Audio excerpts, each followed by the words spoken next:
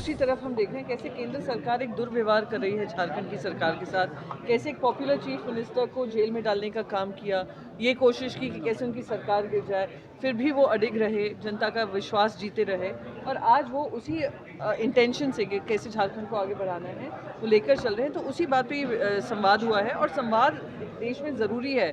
जिस तरीके से पार्लियामेंट में संवाद ख़त्म करने की कोशिश की जा रही है, विवाद ज़्यादा बढ़ रहा है, वो फिर से संवाद शुरू हो, संवाद जनता के हित का हो, संवाद देश की प्रगति का हो, झारखंड की प्रगति का हो, महाराष्ट्र की प्रगति का हो, यही उसी पे मेरा विश्वास है। मैम एक और सवाल, झारखंड मिनरल रिच स्टेट है, यहाँ से कोयला का बहुत ज़्यादा भंडारण है, बावजूद इसके बताते चले कि यहाँ से कोयला का जो प्रेषण होता है उत्तर प्रदेश के लिए हो, चाहे गुजरात के लिए हो, चाहे कई राज्यों के लिए हो, यहाँ के जो मजदूर हैं, चाहे वो ठेका पे करने वाले हो काम, असंगठित या संगठित, यहाँ पे दमा, अस्थमा, टीबी जैसी बीमारियों को ये झेलते हैं। इनकी उम्र लगभग औसतन 10 वर्ष कम हो जाती है, बावजूद इनको कोई सुविधाएं मुहैया नहीं कराती है, न केंद्र सरकार से मिल पा रही है और राज्य सरकार को रॉयल्टी भी नहीं मिलती। क्या कहेंगे मैम? तो वो देखिए ना, यही तो केंद्र सरकार की जिम्मेदारी बनती है कि जो रॉयल्टी राज्यों को मिलनी चाहिए, क्योंकि सब कष्टों से जूझ आप लोग रहे हैं। मिनरल रिच स्टेट का जो खामियाजा भुगतना पड़ रहा है कि देश की सेवा करने में, वो आप लोग भुगत रहे हैं। तो क्या रॉयल्टी आपकी हक नहीं है? क्या उसको जल्द से जल्द नहीं दिया जाना चाहिए? आज बार बार हम जब कॉप में जाते हैं, प्रधानमंत्री जी वादा करके आते हैं कि कोल को फेज़ आउट करेंगे, तो उसमें साथ ही साथ कैसे फेज़ आउट करेंगे और सस्टेनेबल जो आपके लिए एक एनवायरनमेंट होना चाहिए और रोज़गार के माध्यम होने चाहिए, वो देने चाहिए। ये सब तभी पॉसिबल अगर जनता के हाथ में और सरकारों के हाथ में उनकी रॉयल्टी मिले। जीएसटी के माध्यम से आप जीएसटी वसूल लेते हैं, जीएसटी वापस रिफ़ंड करने में दिक्कत करते हैं। सेस और सरचार्जेस के माध्यम से आप ज़्यादा से ज़्यादा पैसा वसूलते हैं जो सिर्फ केंद्र सरकार के पास रहता है। तो ये सरकारों के साथ, राज्यों के साथ जो आप कर रहे हैं वो बहुत ही निंदनीय है और मैं उम्मीद करती हूँ कि केंद्र सरकार सबक सीखेगी और झारखंड खास करके उनको ये सबक सिखाएगी कि आपका सत्ता में रहने का मतलब ये नहीं है कि आप सत्ता का दुरुपयोग कर झारखंड को पीछे रखें। मैम झारखंड एक मिनट झारखंड एक अलग राज्य बने 24 साल हो गए, लेकिन फिर भी झारखंड इतना पीछे क्यों है? आज भी यहाँ पर कैपिटा इनकम सबसे लोवेस्ट स्तर पे आ जाती है। नहीं, देखिए, जिस तरीके जहाँ से शुरुआत हुई थी और जहाँ पे होना चाहिए उसमें उम्मीद में और कामों में बहुत अंतर है। पर मेरा मानना ये है कि यहाँ पर किस तरीके से एक ऐसे सरकारें आएँ जो जनता के कष्ट को समझती हों, अपनी जिम्मेदारी समझती हों। मैंने अपने टॉक में भी यही कहा था कि कहीं ना कहीं ऐसा लगने लगा है कि झारखंड को सभी, केंद्र सरकार हो, बाकी सारी लोग हों, बाहर के राज्य की सरकारें या इंडिविजुअल्स हों, वो उसको एक मिनरल रिच स्टेट देखती है, नेचुरल रिसोर्स स्टेट देखती है। पर उसके लिए आगे बढ़ाना, उनका विकास करना, प्रगति करना, कैसे उसको ठीक किया जाए, कैसी पॉलिसी हो जहाँ माइग्रेशन भी आप देखें, आप लोग को फोर्स होकर दूसरे राज्यों में जाना पड़ता है, आप कोई नहीं चाहता होगा दूसरे राज्यों में जाएं, ये हो रहा है। तो कैसे उसको कंट्रीब्यूट किया जाए, इकोनॉमिक पॉलिसी बने जो सभी का समानता से मैं कहती हूँ विकास करें। देश के प्रधानमंत्री हजारीबाग में झारखंड के दौरे में आ रहे हैं, क्या कहेंगे? मैं उनसे यही कहूँगी, पहले तो जो उनकी रॉयल्टी है उनको वापस कीजिए प्रधानमंत्री जी, और आप सबका सवाल उनसे यही होना चाहिए, बात करो तो पहले इस पे करो, मुद्दे की बात करो, ध्यान भटकाने की बात नहीं करो, जुमले देने की बात मत करो। आप भ्रष्टाचार की बात करते हैं और जो कन्विक्टेड लोग हैं आप उनको बगल में बिठा कर रखते हैं। महाराष्ट्र में भी हम देख रहे हैं, अजीत पवार का कहा था 70,000 करोड़ का घोटाला करने वाले आरोपी हैं, आज उनके बगल में बैठे हुए हैं।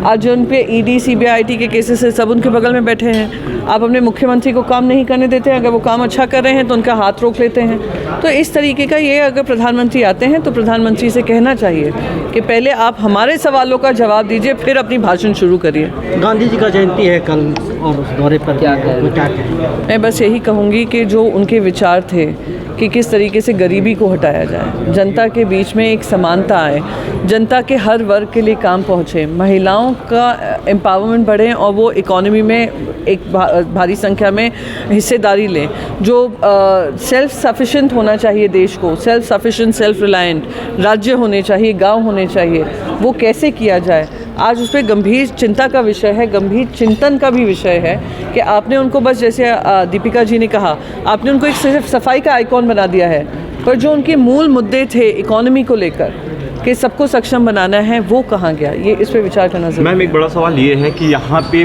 भारत सरकार की कई उपक्रम मौजूद हैं, बावजूद इसके ये है कि ज़मीन का अधिग्रहण होता है, लेकिन जो मूलभूत सुविधाएं भी होती हैं वो नहीं पहुँच पाती आम लोगों के पास, और ये सबसे बड़ी समस्या है मैम। वही मैं बताऊंगी कि अगर आप राज्य और केंद्र में ऐसा भेदभाव करेंगे कि अगर आपकी सरकार होगी तो आप कोऑपरेट करेंगे, पर कोऑपरेशन किस में होगा कि कैसे इस राज्य से और पैसा निकाल कर केंद्र में लाया कोई जाए। प्राइवेट प्लेयर आता है तो मैम उसको आसानी से सारी चीज़ें वही तो आज अगर देश का अगर आंकड़ा देखें, 1% of India owns 40% of India's wealth. सवाल यही उठता है कि आप किसकी सेवा में लगे हैं। आज एक ही इंसान के पास सब कुछ मिल रहा है। आज एक सवाल उठा था कि कोल हमारे यहाँ से माइन होता है, बिजली का उत्पादन यहाँ से होता है, पर एक्सपोर्ट होता है कहाँ पर? बांग्लादेश। कि ये आपके लिए दर्दनाक चीज़ नहीं है? अब बांग्लादेश हमसे लेगा नहीं तो वापस किस भाव पे आपको वापस यही इलेक्ट्रिसिटी मिलेगी? दुगने दामों पर। तो ये जो काम चल रहा है, ये षड्यंत्र झारखंड के खिलाफ केंद्र सरकार कर रही है और एक ही इंडस्ट्रियलिस्ट को फ़ायदा पहुँचा रही है। ये बहुत ही निंदनीय है। झारखंड वासियों का ही झारखंड पे पहला अधिकार है। ये मूलभूत बात प्रधानमंत्री मोदी जी को पता होनी चाहिए। प्रियंका जी, एक आखिरी सवाल ये है कि विधानसभा चुनाव बेहद नज़दीक है झारखंड में, और बीजेपी अभी जो है कि विकास के मुद्दे से भटक करके वो जो है कि बांग्लादेशी घुसपैठी और वो आदिवासी के विरोध में वो बात कर रही है। देखिए, मैं झारखंड वासियों को सलाम करती हूँ, प्रणाम करती हूँ कि इन्होंने सब कोशिश की आपस में लोगों को भिड़ाने की, उन्होंने हिंदू मुसलमान करने की, आपस में जो जातियां हैं उनको भिड़ाने की, जो ट्राइबल कम्युनिटीज़ हैं उनको भिड़ाने की, पर झारखंड अपने मुख्यमंत्री के साथ खड़े रहे। अब उन्होंने ये भी देखा कैसे उनको गलत तरीके से उनको जेल में डाला गया, तभी भी जनता खड़ी रही। तो ये एक बहुत बड़ा संदेश है भारतीय जनता पार्टी को कि सुधर जाओ, वरना हम आपको सबक सिखाया है लोकसभा चुनाव में, आप सबक फिर से सिखाएंगे महाराष्ट्र में और झारखंड में। मुझे खुशी इसी बात की है कि हरियाणा और जम्मू और कश्मीर तो सबक सिखाने वाले हैं, साथ ही साथ हम लोग महाराष्ट्र और झारखंड एक साथ चुनाव में जाएगा। हम सब इनकी असलियत जनता के सामने लाएंगे और इनको धूल चटाएंगे और ऐसी राजनीति को हमेशा के लिए ख़त्म करेंगे, क्योंकि जो राजनीति होनी चाहिए राज्यों की विकास की होनी चाहिए। प्रियंका जी, एक आखिरी सवाल ये है कि पीएम मोदी आते ही जो है कि तीसरे बार आते आते जो है कि वो 1 नेशन 1 इलेक्शन कराने जा रहे हैं। क्या बीजेपी को अपनी हार की डर सता रही क्या? 1 नेशन 1 इलेक्शन एक जुमला है। ये सोचते हैं कि ये संवैधानिक तौर तरीक़ों को बदल देंगे। उनको याद होना चाहिए 240 पे अटके हो भाई साहब, 24 पे आने की बस अभी नौबत रह गई है। जो आप काम कर रहे हैं वो महाराष्ट्र के देश के संविधान के खिलाफ है, देश के प्रजातंत्र की जो मूल्य हैं उसके खिलाफ है। और 1 नेशन 1 इलेक्शन में मैंने किसी एक जर्नलिस्ट को, एक भारतीय जनता पार्टी के प्रवक्ता को सुना था जिन्होंने कहा था 10,000 करोड़ का फ़ायदा होगा।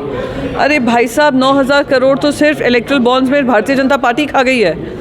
तो 10,000 करोड़ के फ़ायदे में आप प्रजातंत्र को दरकिनार करेंगे, आप संविधान को दरकिनार करेंगे, और जो 1 लाख करोड़ से ज़्यादा झारखंड की रॉयल्टी मिलनी चाहिए उनको नहीं देंगे। तो ये कौन सा विश्वास जीतने का काम कर रहे हैं, विश्वासघात कर रहे हैं। ये 1 नेशन 1 इलेक्शन होने से आपको लगता है कि क्षेत्रीय दलों की आवाज़ को दबाने की कोशिश? बिल्कुल, क्षेत्रों को दबाने के काम हो रहा है और 5 कॉन्स्टिट्यूशनल अमेंडमेंट होंगे, इसमें 2/3 मेजॉरिटी चाहिए होगी। ये सोचते हैं कि ये लोग अपनी मनमानी कर ये इस तरीके का काम कर सकते हैं। 1 nation 1 election is not possible and it goes against electoral democracy of this country, parliamentary democracy of this country and the federal structure of this country। ये इन सब के विरुद्ध है, इसीलिए इस पे भी इनको यू टर्न लेना पड़ेगा। जैसे इन्होंने बहुत सारे हाल ही में यू टर्न्स लिए हैं, ये भी यू टर्न निश्चित है, ये हम आपको आश्वस्त करते हैं। जो केंद्र के खिलाफ आवाज़ उठाते हैं उन मुख्यमंत्री को जेल में डाला जाता है, इसको किस रूप से देखते हैं? यही है, दबाने का काम है, चुप कराने का काम है, हड़काने का काम है, आर्म ट्विस्टिंग का काम है कि आप हमारी इस तरफ आ जाओ या आप को हम तंग करते रहेंगे। महाराष्ट्र में हम देख रहे हैं इतने लोग गद्दारी कर गए, और मुझे इस बात की खुशी है कि हेमंत सोरेन जी ने सब कुछ सहा, संवैधानिक तौर तरीके से अपने पद का इस्तीफ़ा भी देकर वो जेल में गए। वो संवैधानिक और कानूनी कार्रवाई कर वो वापस लौट कर आए हैं। सम्मान करती हूँ ऐसे व्यक्ति का जो ना झुके, ना डरे, ना दबे, ना चुप रहे। ऐसे लोगों के खिलाफ जो इन्होंने हर तरीके से साम दाम दंड भेद का इस्तेमाल करते हुए भी उनको चुप कराने का कोशिश की। मैम, सोशियो इकोनॉमिक डेवलपमेंट के लिए योजनाएं तो लॉन्च हो रही हैं, लेकिन वो धरातल पे नहीं पहुंच पा रही क्योंकि लोगों में जागरूकता नहीं है। तो इसलिए क्या कहना जैसे चाहिए? आपने इसमें संवाद में मैम टूरिज्म का लो हैंगिंग फ्रूट बोला, हाँ। उसके बारे में हाँ, तो जैसे पॉलिसीज़ भी जो हों, अगर आप टूरिज़्म को एक इंडस्ट्री स्टेटस देते हैं तो जो स्किल लेबरर है, जो आप अगर हाउसकीपिंग की बात करें, आप हॉस्पिटैलिटी की बात करें, फूड एंड बेवरेज की बात करें, फिर आप टैक्सी सर्विसेज की बात करें, फिर आप इंफ्रास्ट्रक्चर बिल्डिंग की बात करें, ये सब मैन पावर कॉन्सेंट्रेटेड इंडस्ट्रीज़ हैं। और टूरिज़्म तो लो हैंगिंग फ्रूट है क्योंकि झारखंड में बहुत ही खूबसूरती है, तो हर तरीके का मौसम भी है, लोग आना चाहते हैं, पर्यटक आज ऐसे पर्यटक हैं इंडिया में भी, डबल इनकम फैमिलीज़ हैं, वो भी घूमना चाहती हैं, तो कैसे उसको एक एनवायरनमेंट टूरिज़्म फ्रेंडली बनाएं। वेस्टर्न घाट कैसे बना पाए इसको? नहीं, जो भी हैं आपके पास उसको भी खूबसूरती से पेश कर सकते हैं। मैं आपको एक उदाहरण दूँ, अगर आप यूके जाएंगे तो छोटे से छोटे इतिहास को इस तरीके से पेश किया जाता है, उस पर 100 पाउंड या 200 पाउंड एंट्री के ले लेते हैं। तो इसी तरीके से अगर हम सोच विचार कर कैसे हमें ये आगे बढ़ाना है कोऑपरेशन से और कंसल्टेशन से, तो there is a lot you can achieve, and मैं मानती हूँ कि एक कुशल नेतृत्व में ये सब पॉसिबल है। मैम सोशियो इकोनॉमिक डेवलपमेंट हाँ। की बात कर रहे थे, हाँ। धरातल पे योजनाएं तो लॉन्च होती है लेकिन धरातल पे पहुंचती नहीं, क्योंकि समाज के अंतिम व्यक्ति तक वो योजना पहुंच नहीं रहा है। नहीं, तो एक मैं मानती हूँ कि एक अवेयरनेस की ज़रूरत है और जनता में भी जागरूकता होने की ज़रूरत है कि क्या होता है बहुत समय कि हमने तो वोट कर दिया, अब हमें क्या फ़ायदा मिला। तो फ़ायदा कैसे मिलेगा वो आपको तभी समझ में आएगा जब आप सरकारों के साथ एंगेज करेंगे। तो मैं बस 2 चीज़ें कहूँगी, एक तो धरातल में वो उनको पास करना और लोगों तक लेकर जाना। हर लोकल बॉडीज़ जो होती हैं, गवर्नमेंट्स जो होती हैं पंचायत लेवल पर, उनको प्रोएक्टिव करना पड़ेगा, घर घर पहुँच कर पूछना पड़ेगा कि उनको वो सेवाएं सुविधाएं मिल रही हैं कि नहीं। अगर उनको नहीं पता है उनको बताना पड़ेगा, तभी ये जागरूकता बढ़ेगी। हमने ग्राउंड रिपोर्टिंग की थी तो लोगों को जानकारी भी नहीं होती, तो वही ये डॉक्यूमेंट नहीं है उनके पास, तो ये प्रॉब्लम आ रही थी तब। तो ये बिल्कुल ये एक इम्पॉर्टेंट मुद्दा है कि जनता को पता होना चाहिए क्या क्या उनके लिए काम किए जा रहे हैं। तो वो उम्मीद करती हूँ कि पंचायत लेवल पे, ब्लॉक लेवल से ये शुरुआत होगी। पता नहीं होगा मैम तो डेवलपमेंट कैसे होगी? नहीं, वही अगर जागरूकता बढ़ेगी, ब्लॉक लेवल से इंक्वायरी इन्फॉर्मेशन मिलेगी, तो आई एम श्योर वो सक्सेस स्टोरी भी सामने आएगी। जी बिल्कुल, थैंक यू।